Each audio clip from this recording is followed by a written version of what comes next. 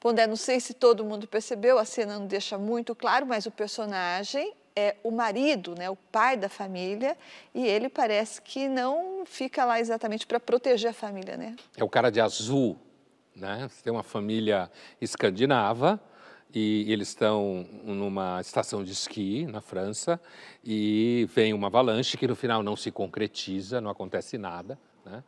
Mas na hora da confusão, ele pega a carteira e o celular e vaza. O que estava de azul. O que estava de azul, o pai da família. E larga a mulher e os 2 filhos. E isso, a força maior, você pode entender que é desde a avalanche, que é uma força maior, e que com isso ela estourou na vida deles e ele acabou demonstrando não só um razoável grau de covardia, como uma seletividade no que era fundamental, a carteira e o celular.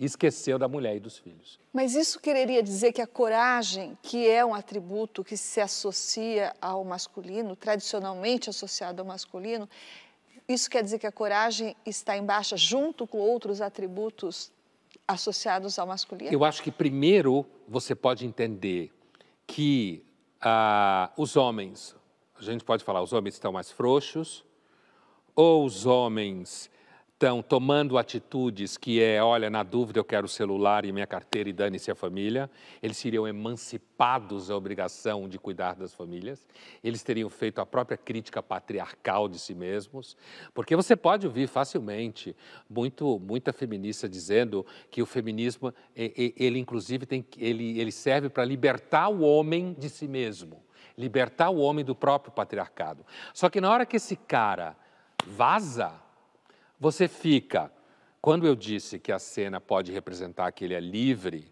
eu estava sendo cínico, certo? Irônico, porque ele largou a mulher e os 2 filhos.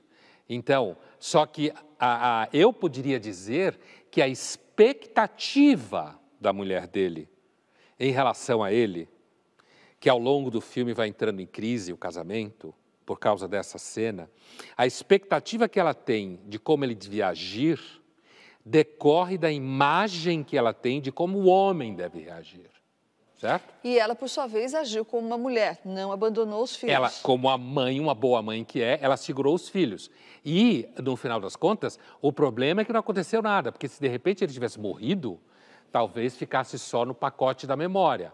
Isso é tão claro, essa questão, o que fica no ar é o seguinte: como lidar com o marido, com o homem, que na hora H foi covarde e egoísta, porque salvou o celular e a carteira.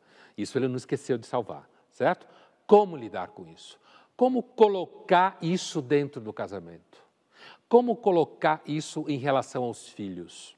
E aí a mulher ela vai ter que construir uma situação ao longo do filme, que se concretiza no final, para recolocar o marido para ela e recolocar o marido para os filhos. Ou seja, dá uma chance dele ser como o homem deve ser, corajoso e cuidadoso.